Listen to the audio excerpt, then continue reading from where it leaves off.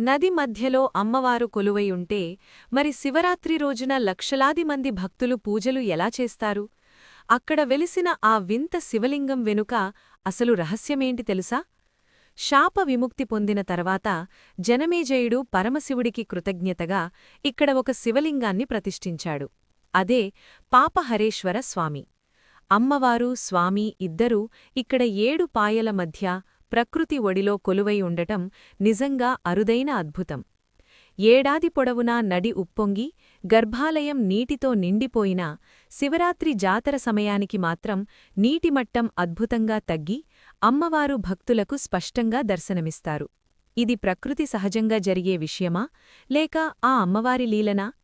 తెలంగాణలో కుంభమేళా తర్వాత అంతటి ప్రాముఖ్యత ఉన్న ఈ 7 పాయల జాతరకి మీరు ఎప్పుడైనా వెళ్లారా? అక్కడ మీకు కలిగిన అనుభవమేంటో కామెంట్ చేయండి.